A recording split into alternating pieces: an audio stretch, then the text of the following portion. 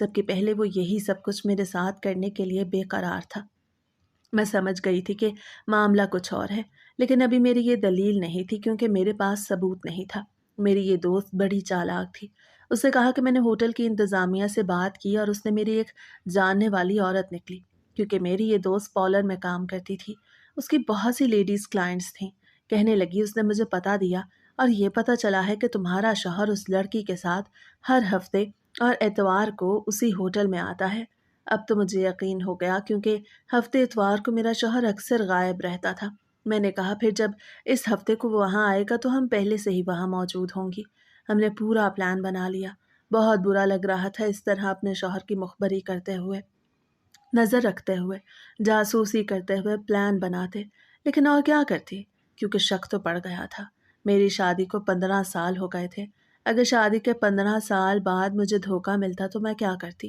اب میں نے اپنے شوہر کی حرکتوں پہ بھی نظر رکھنی تھی اور ہفتے اتوار کے دن کا انتظار کرنا تھا۔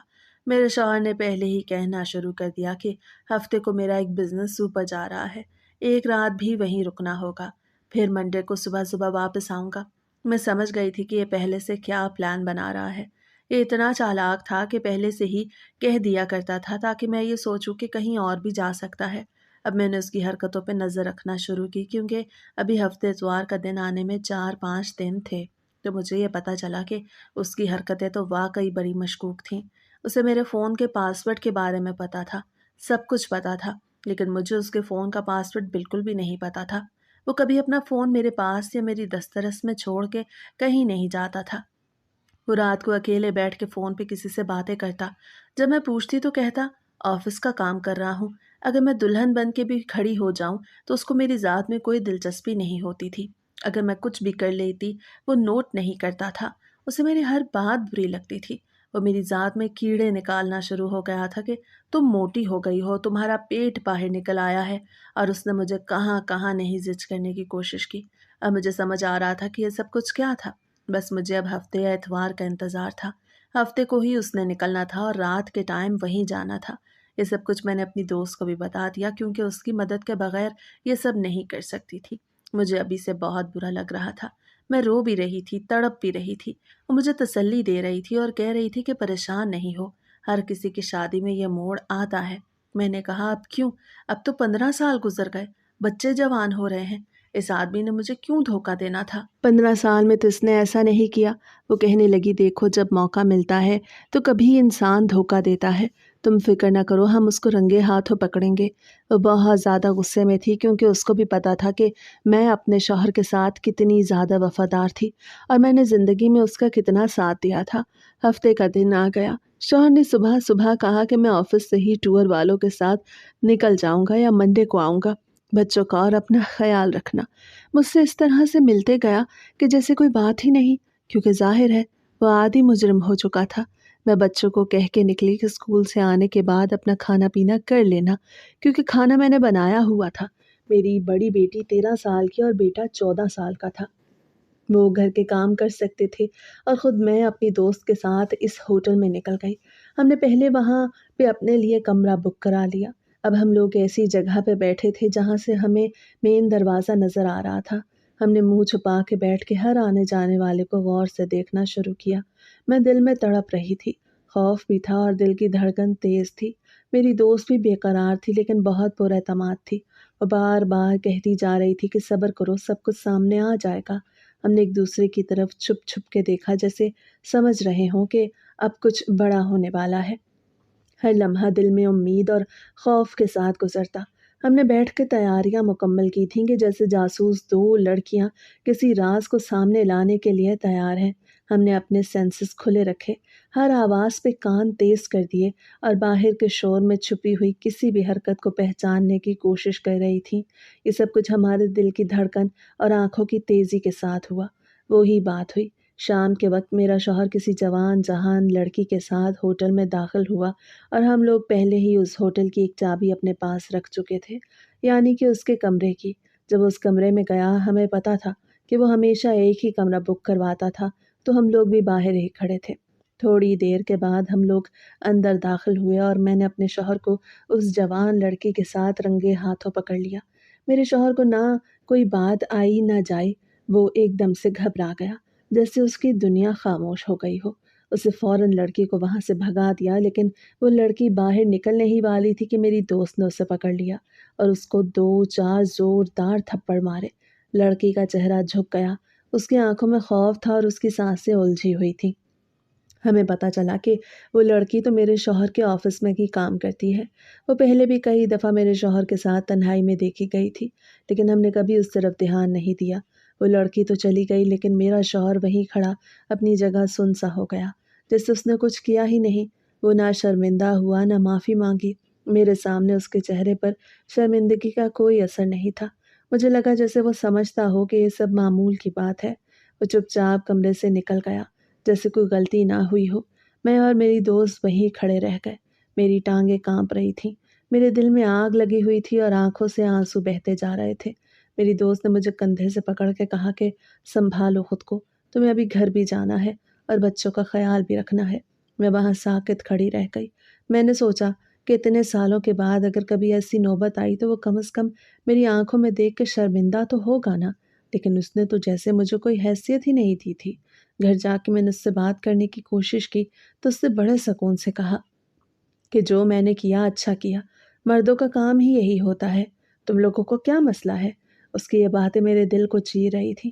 میں حیران رہ گئی کہ یہ آدمی جس کے ساتھ میں نے زندگی کے 15 سال گزارے، جس کے بچوں کے لیے میں نے اپنی جوانی وقف کر دی، وہ اتنا بے حس، اتنا سنگ دل نکلا۔ میں نے سوچا کہ آخر اس کے دل میں محبت کب ختم ہوگی۔ میری دوست نے کہا کہ اب تم کیا کرو گی؟ میں نے کہا مجھے نہیں پتا، ابھی تو میں سوچ بھی نہیں سکتی۔ میں کسی طوفان کے بیچ کھڑی تھی۔ میں بدلہ چاہتی تھی۔ میں اپنے انتقام کے بارے میں سوچ رہی تھی۔ میں چاہتی تھی کہ جو زخم اس نے مجھے دیا ہے وہ بھی اسے محسوس ہو، لیکن میں کچھ کر نہیں پا رہی تھی۔ میں سوچ رہی تھی کہ میں بچوں کو کیا بتاؤں۔ وہ اپنے باپ کو ایک مثالی انسان سمجھتے تھے۔ ان کا کیا قصور تھا؟ میرے پاس جانے کی کوئی جگہ نہیں تھی۔ میرے ماں باپ تو اس دنیا سے جا چکے تھے۔ 2 بہن بھائی تھے، دونوں اپنی اپنی زندگیوں میں مصروف تھے۔ میں ان کے پاس نہیں جا سکتی تھی۔ میرا اپنا گھر ہی میری پناہ گاہ تھا، لیکن اب وہی گھر میرے لیے جیل بن گیا۔ ہر دن رات میں ایسی گھٹن کے ساتھ زندہ رہتی۔ میری دوست نے کہا کہ ایک آدمی کو بلانا نہیں، اسے بات نہیں کرنا، اس کو شرمندگی ہوگی، لیکن میں انتظار کرتی رہ گئی۔ وہ کبھی شرمندہ نہ ہوا، اس کا یہ گناہ میرے اندر پیوست ہو کے رہ گیا۔ میں نے سوچا کہ شاید وقت کے ساتھ یہ درد کم ہو جائے گا، لیکن نہ ہوا۔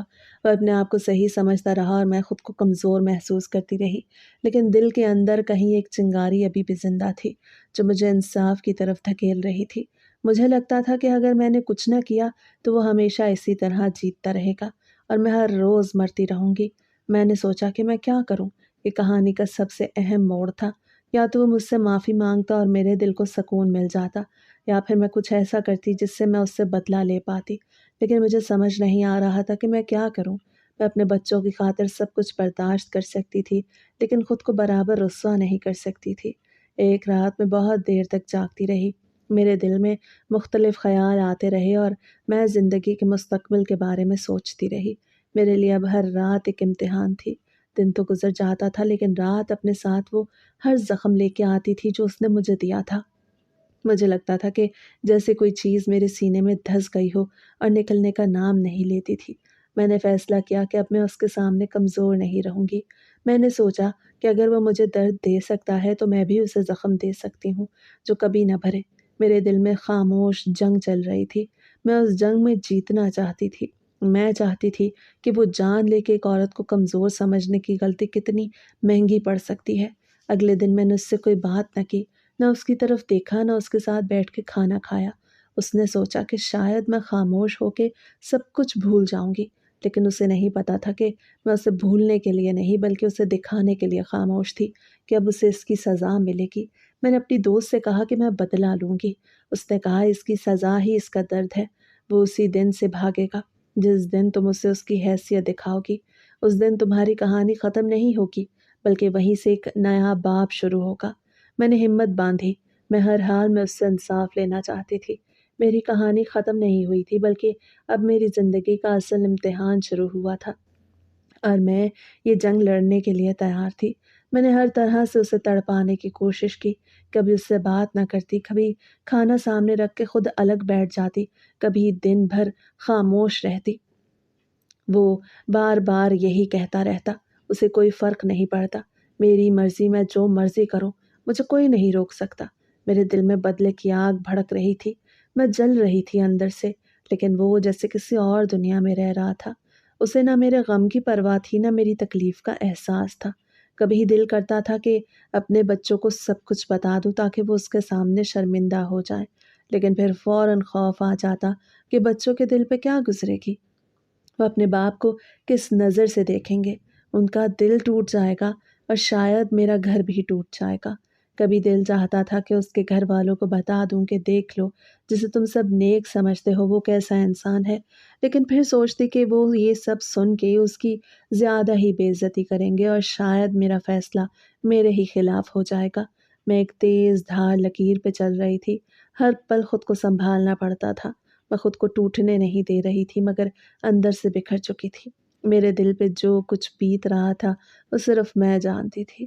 میں ہر رات روتی تھی، لیکن دن چڑھتے ہی خود کو سنبھال لیتی تھی جیسے کچھ ہوا ہی نہ ہو۔ میرے پاس رازوں کا ایک بوجھ تھا جو میرے سینے میں دھڑک رہا تھا اور ہر لمحہ مجھے اندر سے زخمی کر رہا تھا۔ کبھی کبھی لگتا تھا کہ جیسے میرے اندر کوئی جلتا ہوا الاؤ ہے جو ہر لمحہ میرے صبر کو چٹخا رہا ہے۔ میں سوچتی کہ کیا یہی زندگی تھی جو میں نے چاہی تھی، ایک ایسا رشتہ جس میں میں اکیلی کھڑی تھی اور میرا ساتھی میری پرواہ تک نہ کرتا تھا۔ میں نے کئی بار سوچا کہ شاید وقت کے ساتھ سب ٹھیک ہو جائے گا، لیکن ہر بار میں خود کو دھوکہ دیتی رہی۔ میں نے اسے نظر انداز کرنے کی کوشش کی، میں نے خود کو اس سے الگ رکھنے کی ہر ممکن کوشش کی، لیکن جب ایک عورت کا دل زخمی ہو جاتا ہے تو وہ پوری طرح پوری زندگی اس زخم کا بوجھ اٹھاتی ہے۔ میں نے اپنے دل میں اس کے لیے جو جگہ بنائی تھی وہ ٹوٹ کے ریزہ ریزہ ہو گئی۔ میں کچھ کہنا چاہتی تھی، چیخنا چاہتی تھی، لیکن آواز حلق میں دب جاتی تھی۔ کبھی سوچتی تھی کہ گھر چھوڑ کے چلی جاؤں، لیکن پھر خود کو روک لیتی تھی، کیونکہ یہ میرا گھر تھا، میری زندگی کا سب کچھ، میرے بچے، میرے خواب، سب کچھ یہی تھا۔ اس کے رویے نے مجھے ہر روز کچھ نہ کچھ سکھایا تھا۔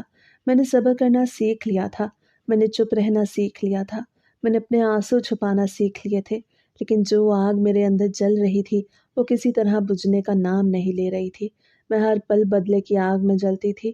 میں چاہتی تھی کہ وہ بھی اس درد کو سمجھے جو میں محسوس کر رہی ہوں، لیکن وہ تو جیسے پتھر بن چکا تھا۔ نہ کسی بات پہ اس کی بھویں ہلتی تھیں، نہ آنکھوں میں پچھتاوے کا کوئی رنگ آتا تھا۔ کبھی سوچتی تھی کہ کسی دن اسے اکیلا چھوڑ دوں، کسی دن اسے وہ تنہائی چکھاؤں جس کا ذائقہ میں ہر رات چکھتی ہوں، اسے دکھاؤں کہ رشتہ صرف انسان کا نہیں ہوتا، دل کا ہوتا ہے، روح کا ہوتا ہے، اور اگر دل ٹوٹ جائے تو جسم کتنی بھی کوشش کر لے وہ بے جان ہی رہتا ہے۔ لیکن پھر میں اپنے ہی حال میں الجھ جاتی تھی، کیونکہ میں اسے چھوڑ بھی نہیں سکتی تھی اور اس کے ساتھ رہ کے جیتی بھی نہیں تھی۔ ایک عورت جب دل سے ٹوٹ جاتی ہے تو اس کے اندر ایک خاموش جنگ چلتی رہتی ہے، ایک طرف محبت کی یادیں، دوسری طرف بے رخی کا تپتا صحرا، اور میں اس جنگ کے بیچ کھڑی تھی، سوچ رہی تھی کہ میں اپنے دل کے ساتھ انصاف کیسے کروں۔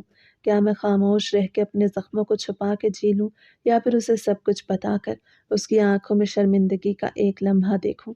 لیکن وہ لمحہ آیا ہی نہیں تھا، وہ کبھی شرمندہ نہیں ہوا تھا، کبھی اس کی آنکھوں میں پچھتاوے کا ایک قطرہ بھی نہیں آیا تھا۔ بس وہ اپنی مرضی سے جی رہا تھا اور میں اپنی مرضی کے خلاف۔ یہ سب اپنے اندر رکھے ہوئے میں روز خود کو مضبوط کرتی رہی، لیکن اب فیصلہ کرنا تھا۔ میں کب تک اپنے دل کی آگ میں جلوں، کب تک اس کی بے رخی کا بوجھ اٹھاؤں، کب تک اپنے درد کو ہنسی میں چھپاؤں؟ میں نہیں جانتی تھی کہ اب اگلا قدم کیا ہوگا، لیکن ایک بات ضرور جانتی تھی، میں بدل رہی تھی۔ میرے اندر وہ عورت اب جاگ چکی تھی جو اپنی عزت کے لیے کھڑی ہو جاتی ہے، جو اپنا حق لینا جانتی ہے اور جو کسی کے دھوکے میں ہمیشہ نہیں جیت سکتی۔ اب مجھے فیصلہ کرنا تھا، میں اس سے بدلہ لوں یا اسے چھوڑ دوں، اور یہی فیصلہ میری زندگی کا اگلا موڑ بننے والا تھا۔ ایسے میں صرف میری ایک دوست ہی تھی جو میرا خیال کر رہی تھی اور میرا ساتھ دے رہی تھی۔ میں بار بار اسے ملنے جاتی تھی، بیٹھ جاتی تھی، پرانی باتیں یاد کرتی تھی اور بار بار اس سے سوال کرتی تھی کہ ایسا کیوں ہوا میرے ساتھ اس عمر میں، اب میں کیا کروں؟ ایک دن اس نے غصے میں کہہ دیا کہ اس کا علاج تو یہی ہے کہ جو اس نے تمہارے ساتھ کیا تم اس کے ساتھ کرو، تب جا کے اس کو سکون آئے گا۔ میں اس کی بات کے بارے میں سوچنے لگی، لیکن پھر وہ خود ہی کہنے لگی کہ ایسا تھوڑی ہوتا ہے، کتے کو کتا نہیں کاٹ سکتا۔ آپ کو کتا کاٹ جائے تو آپ کتے پر تو نہیں کاٹ سکتے نا؟ لیکن میرے دل میں اس کی بات پوری طرح بیٹھ چکی تھی۔ میں خاموش ہوئی، واپس آئی اور سوچنے لگی، واقعی اس کا یہی حل ہے، کیونکہ ایک تو اس سے اتنا بڑا گناہ کیا، اوپر سے اس نے مجھ سے معافی تک نہیں مانگی۔ اسے بھی یہ محسوس ہونا چاہیے نا کہ جب آپ کو دھوکہ ملتا ہے تو کیسا لگتا ہے۔ میرے شوہر ظفر کا ایک ہی دوست تھا جس کا نام سلیم تھا۔ اس کا بچپن سے ظفر کے ساتھ تعلق تھا، وہ بزنس پارٹنر بھی تھا اور ہمارے گھر اس کا آنا جانا بھی معمول کی بات تھی۔ اس کی بیوی کو دنیا سے گئے 2 سال ہو چکے تھے۔ ایک دن میں نے اسے گھر بلایا، ظفر گھر میں نہیں تھا۔ دوپہر کی خاموشی میں نے چائے بنائی اور سلیم کو ڈرائنگ روم میں بٹھایا۔ میں نے اس سے کہا کہ مجھے کچھ بات کرنی ہے، گھر میں کچھ مسئلہ چل رہا ہے۔ وہ میرے دکھ کو سنجیدگی سے سن رہا تھا۔ میں نے اسے بتایا کہ میرا اور ظفر کا رشتہ ٹھیک نہیں چل رہا۔ اس نے میری باتیں پرسکون چہرے سے سنی اور کہا اس کی کوشش ہوگی کہ ظفر کو سمجھائے۔ میں نے اس لمحے اس کے سامنے تھوڑا سا رو بھی لیا، پھر اپنا ہاتھ اس کے ہاتھ پہ رکھا اور کہا کہ میں بڑی پریشان ہوں، زندگی کا یہ موڑ بہت مشکل ہے۔ وہ کچھ نہیں بولا، بس آہستہ سے میرے ہاتھ پہ ہاتھ رکھ کے بولا، فکر نہ کرو، سب ٹھیک ہو جائے گا۔ میں نے سلیم کو دوبارہ گھر بلایا اور اس بار شام کے وقت۔ اس دن میں نے اسے کھانے پہ مدعو کیا۔ اس کے آنے تک میں نے خود کو شیشے میں دیکھا، بال ٹھیک کیے، ہلکا سا سنگھار کیا۔ شاید یہ میرا دل تھا جو خود بخود اسے متاثر کرنا چاہتا تھا۔ کھانے کے بعد جب بچے اپنے کمرے میں چلے گئے تو میں نے دوبارہ اس سے اپنے دل کی باتیں کی۔ اس بار میں نے ڈھکے چھپے لفظوں میں یہ بھی کہا کہ میں بہت تنہا ہوں اور سمجھ نہیں آتا کہ زندگی کس طرف جا رہی ہے۔ وہ میری طرف دیکھ کے کہنے لگا، تمہارا حوصلہ اور صبر قابل تعریف ہے، لیکن تم اکیلی نہیں ہو۔ میں اپنے آپ کو اس کے سامنے کمزور ظاہر کر رہی تھی۔ اس نے کبھی بھی مجھے انکار نہیں کیا، نہ جھٹکا نہ برا محسوس کیا، بلکہ ہر بار مجھے حوصلہ دیا۔ تیسری بار میں نے اسے گھر بلایا تو گفتگو کے دوران میں نے کہہ دیا کہ جب کوئی عورت ٹوٹنے لگتی ہے تو کسی کا سہارا بہت ضروری ہوتا ہے۔ میں نے روتے روتے اس کے بازو پہ سر رکھ دیا۔ اس لمحے میری آواز رہا سی تھی۔ وہ خاموش بیٹھا رہا، مجھے تسلی دینے کے انداز میں میرے کندھے پہ ہاتھ رکھ کے کہنے لگا، تم فکر نہ کرو، میں تمہارے ساتھ ہوں۔ میں جان گئی تھی کہ اس کے دل میں اب نرمی آ رہی ہے اور یہ وہ لمحہ ہے جہاں سے سب شروعات ہو سکتی ہے۔ اب میں بدلے کے سفر پہ تھی اور میرے دل میں یقین آ گیا تھا کہ صرف یہی راستہ ہے جس سے مجھے اور میرے دل کو سکون ملے گا۔ ایک دن میں نے اپنے بچوں کو اپنی بہن کے گھر بھیج دیا، کیونکہ اس کے گھر میں عنقریب شادی ہونے والی تھی اور بچوں کو چھٹیاں بھی ہو گئی تھی۔ تینوں بچوں کو میں نے وہاں بھیج دیا اور میرا شوہر پھر سے ہفتہ اتوار کے دن غائب ہو گیا، کیونکہ ظاہر ہے اس نے میری ایک دفعہ ناراضگی سے اپنے اتنے پرانے کام چھوڑنے نہیں تھے۔ مجھے پتا تھا کہ وہ دوبارہ جائے گا اسی لڑکی کے پاس۔ میں نے اس لڑکی کا بھی پتہ کرایا۔ وہ ایک غریب گھر کی لڑکی تھی اور ظفر اسے پیسے دے کے اپنے مطلب کے لیے استعمال کر رہا تھا، لیکن ایک مرد کو کیا کہ کوئی پیسے کے لیے کچھ کر رہا ہے یا نہیں، اسے تو صرف لڑکی چاہیے تھی۔ اس کا مقصد پورا ہوتا تھا۔ گھر پہ اس دن کوئی نہیں تھا۔ میں نے سلیم کو گھر بلا لیا۔ اس سے پہلے میں نے اپنے کمرے میں جا کے اپنا سب سے خوبصورت جوڑا نکالا، وہ جوڑا جو میں نے برسوں پہلے ایک تقریب کے لیے خریدا تھا لیکن کبھی پہننے کا موقع نہ ملا۔ میری عمر زیادہ نہیں تھی اور ان دنوں کے غم اور تناؤ نے میرا وزن کافی کم کر دیا تھا۔ میں آئینے میں دیکھ کے خود سے کہہ رہی تھی، آج مجھے خود کو دنیا کی خوبصورت ترین عورت ثابت کرنا ہے۔ میں نے بالوں کو سنوارا، خوبصورتی سے لپسٹک لگائی اور اپنے چہرے پہ معمولی سا میک اپ کیا۔ میرے دل میں ایک ہی خیال تھا کہ آج میں اسے دکھاؤں گی ایک عورت کس قدر خوبصورت بھی ہو سکتی ہے، کس قدر دلکش بھی ہو سکتی ہے اور کس قدر بے چین بھی ہو سکتی ہے۔ سلیم دروازے پہ آیا۔ میں نے دروازہ کھولا، اس کی نظر مجھ پہ پڑی تو وہ چونکا، شرم سے نظریں نیچے کر لی، پھر دوبارہ میری طرف دیکھا۔ وہ سمجھ گیا تھا کہ آج کی ملاقات کچھ مختلف ہے۔ میں نے اسے اندر آنے کو کہا۔ ہم ڈرائنگ روم میں آ کے بیٹھ گئے۔ ہر طرف خاموشی تھی۔ میں نے اسے بتایا کہ آج گھر پہ کوئی نہیں اور ظفر بھی اپنی دنیا کے مزے لوٹنے گیا ہے۔ میں نے چائے بنائی، اس کے سامنے رکھی۔ باتوں ہی باتوں میں نے اپنے دل کے زخم دکھایا اور اس سے کہا کہ اب میں ٹوٹ چکی ہوں۔ مجھے سمجھ نہیں آتا کہ میرے ساتھ ایسا کیوں ہوا۔ میں نے روتے روتے اس کے پاس بیٹھ کے ہاتھ پہ ہاتھ رکھا۔ وہ خاموشی سے میری باتیں سن رہا تھا۔ میں نے اس سے کہا کہ میں صرف ایک رات اپنے آپ کو زندہ محسوس کرنا چاہتی ہوں۔ میں چاہتی ہوں کہ میرے دل کی آگ ٹھنڈی ہو جائے۔ میں چاہتی ہوں کہ میرا شوہر بھی وہی دکھ محسوس کرے جو اس نے مجھے دیا ہے۔ یہ سب کہہ کے میں نے اپنی آنکھوں میں دیکھنے کی کوشش کی کہ وہ کیا سوچ رہا ہے۔ سلیم نے بڑی خاموشی سے میرا ہاتھ پکڑا اور آہستہ سے کہنے لگا کہ میں تمہارا دکھ سمجھ سکتا ہوں، یہ بھی کہ تمہارے دل میں آگ ہے، تم تنہائی محسوس کرتی ہو۔ میں خود بھی ایک اکیلا انسان ہوں اور میری بیوی اس دنیا میں نہیں، لیکن اس سب کا یہ مطلب نہیں کہ میں یہ سب کچھ کر بیٹھوں۔ اس سے کہا کہ اگر میں یہ سب کر لوں گا تو میں بھی اس جرم میں شریک ہو جاؤں گا جس میں تمہارا شوہر شامل ہے۔ اگر کوئی غلطی کرتا ہے تو اس کا بدلہ غلطی سے نہیں لیا جا سکتا۔ وہ خاموش ہوا اور میری آنکھوں میں آنکھیں ڈال کے بولا، وہ جس دنیا میں نہیں وہ کہیں نہ کہیں سے مجھے دیکھتی ہوگی، میں کیسے اس کے ساتھ بے وفائی کر سکتا ہوں؟ یہ سن کے میری آنکھوں میں آنسو آ گئے۔ میں نے سسکی لی اور کہا کہ وہ اس دنیا میں نہیں، آپ اس کے لیے وفادار ہیں۔ میں تو دنیا میں ہوں، لیکن میرے شوہر نے مجھے کیا دیا؟ اس کا جواب کیا ہے؟ سلیم نے کہا، دیکھو، جس کو دھوکہ ملتا ہے وہ برا نہیں ہوتا، جو دھوکہ دیتا ہے وہ برا ہوتا ہے۔ تم نے کوئی غلطی نہیں کی اور تمہیں یہ گندے رستے پہ چلنے کی ضرورت نہیں۔ صبر کرو، سارا معاملہ اللہ پہ چھوڑ دو، اللہ بہترین انصاف کرنے والا ہے۔ میں نے شرمندگی سے سر نیچے کر لیا۔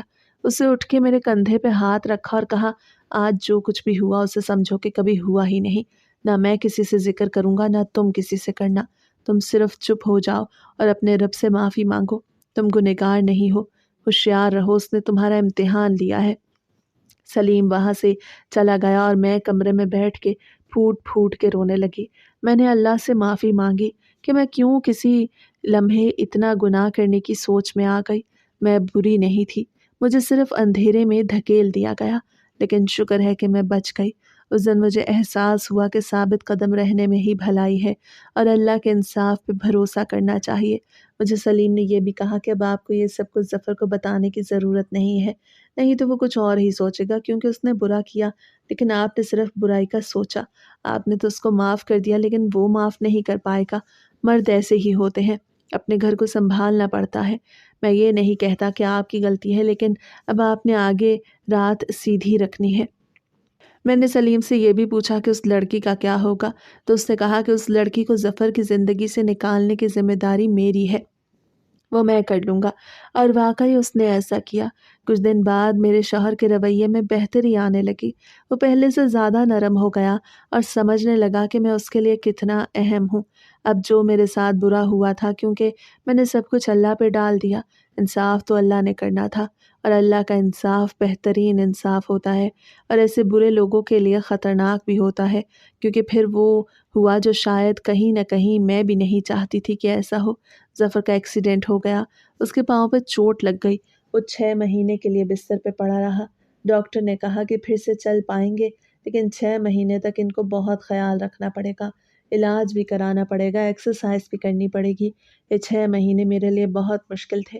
میں صبح شام جاگتی رہی، اٹھتی رہی، کھانے بناتی اور پرہیزی کھانا تیار کر کے اپنے ہاتھوں سے کھلاتی رہی، ہر وقت اس کے قریب رہتی تھی، دوا وقت پہ دیتی رہی، اس کی حالت پہ بار بار نظر رکھتی رہی، اسے تسلی دیتی رہی کہ سب ٹھیک ہو جائے گا۔ مجھے بھی احساس تھا کہ اب وہ پوری طرح سے میری محتاجگی میں ہے۔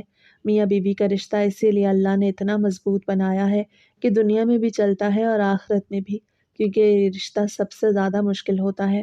میاں بیوی میں کوئی پردہ نہیں ہوتا، اس کے سارے پردے والے کام میں ہی کرتی تھی، نہ اس کا کوئی بھائی نہ بہن کام آ رہا تھا، نہ ہی ماں باپ، کوئی بھی نہیں، بس میں تھی۔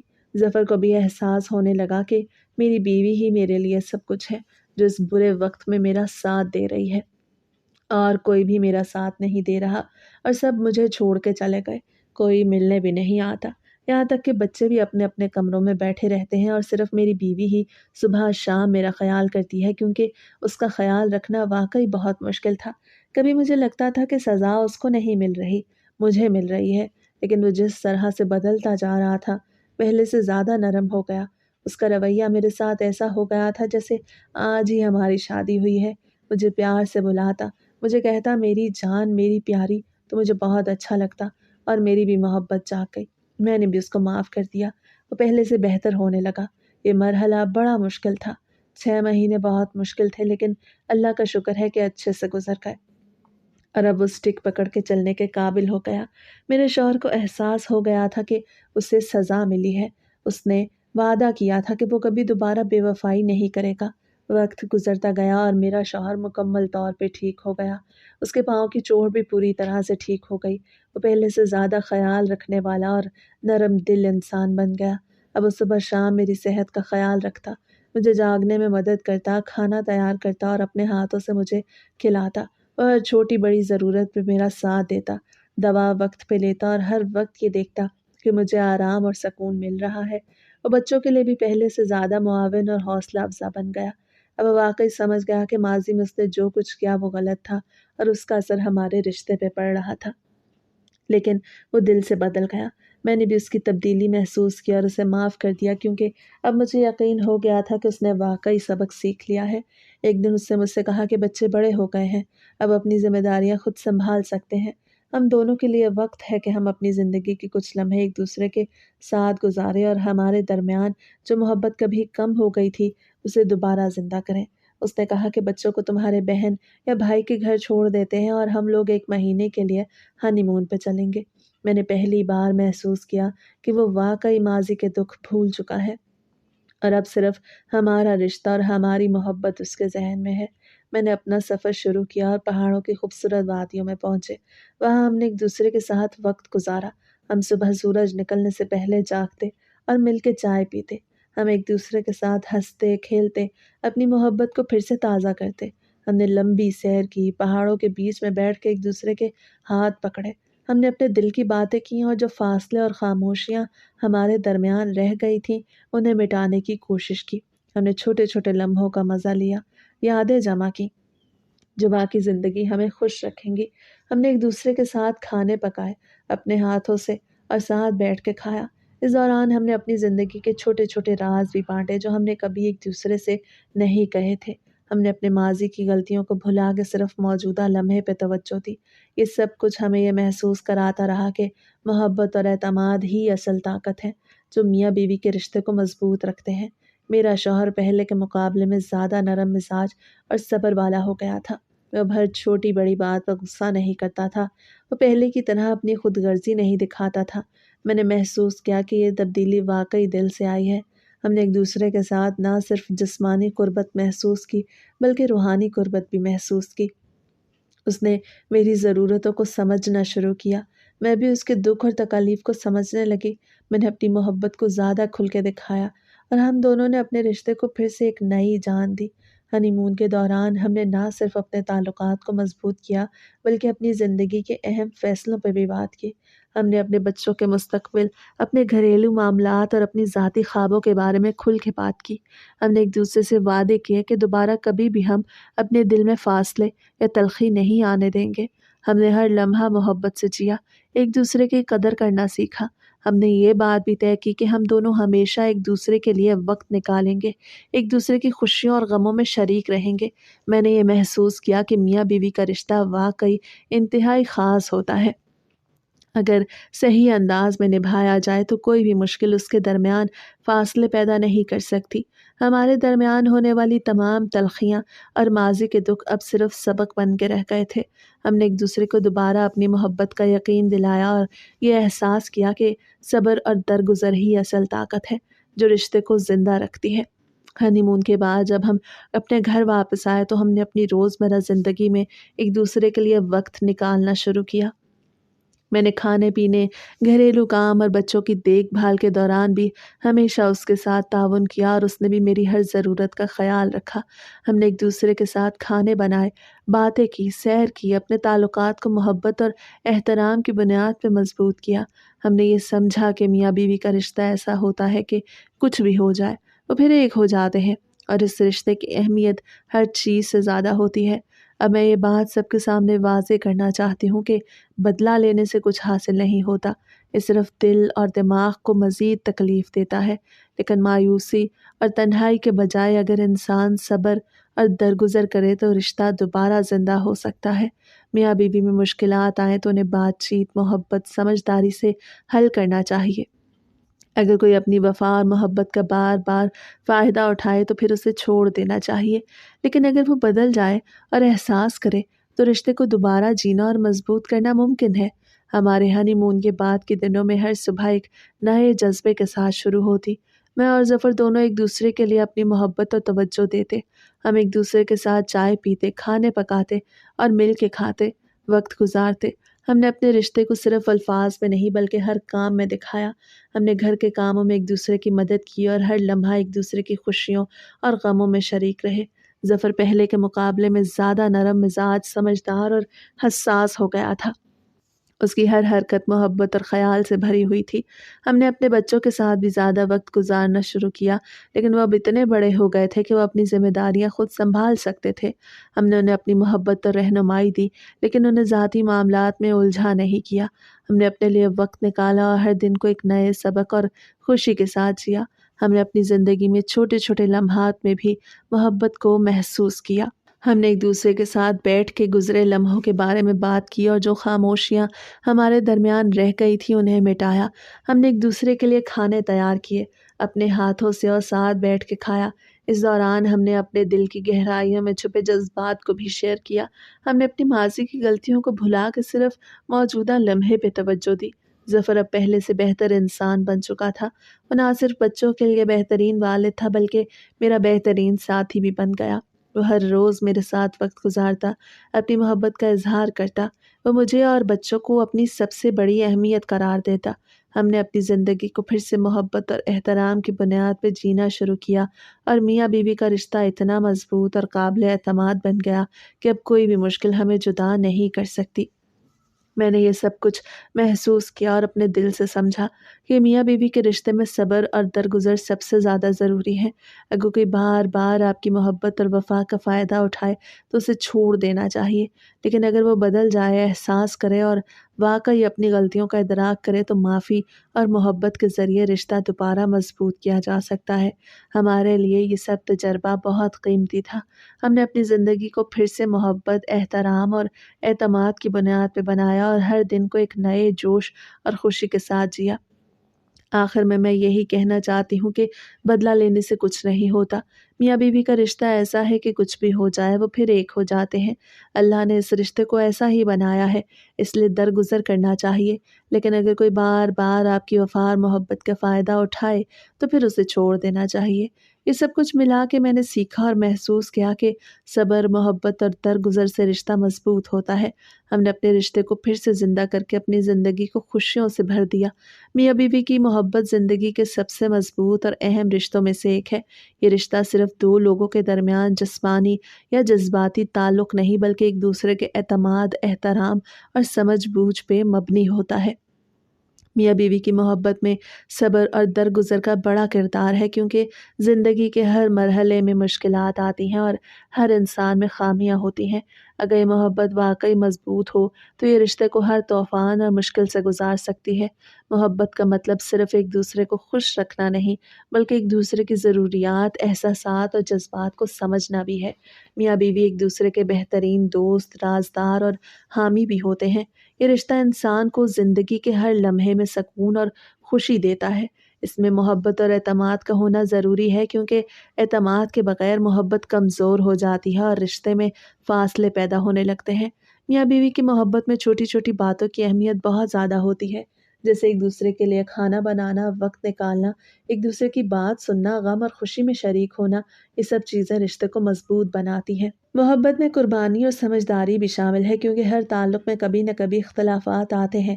اگر وہ اختلافات محبت اور سمجھداری کے ساتھ حل نہ کیے جائیں تو رشتہ ٹوٹ سکتا ہے۔ یہ رشتہ انسان کو سکون اور امید دیتا ہے۔ میاں بیوی کے درمیان محبت کا ہونا بچوں اور گھر کی فضا پہ بھی اثر ڈالتا ہے، کیونکہ بچوں کے لیے والدین کا رشتہ ایک مثال ہوتا ہے۔ وہ محبت اور احترام کو دیکھ کے خود بھی سیکھتے ہیں۔ محبت کا اصل مطلب صرف ایک دوسرے کے لیے موجود ہونا اور مشکل وقت میں ساتھ دینا ہے۔ اس میں انتقام، بدلہ یا رنجش کی کوئی جگہ نہیں ہوتی، بلکہ سمجھداری اور صبر ہر لمحے کا حصہ ہوتا ہے۔ آخر میں یہ کہنا ضروری ہے کہ میاں بیوی کی محبت وہ طاقت ہے جو زندگی کے ہر موڑ پہ کام آتی ہے۔ یہ رشتہ نہ صرف دنیاوی زندگی میں اہم ہے بلکہ انسان کے ذہنی سکون اور خوشی کا بھی سبب بنتا ہے۔ جو لوگ ایک دوسرے کی قدر کرتے ہیں، احترام کرتے ہیں، ایک دوسرے کے لیے وقت نکالتے ہیں، ان کا رشتہ مضبوط اور خوشحال رہتا ہے، اور یہ محبت ہر مشکل کو برداشت کرنے کی ہمت دیتی ہے۔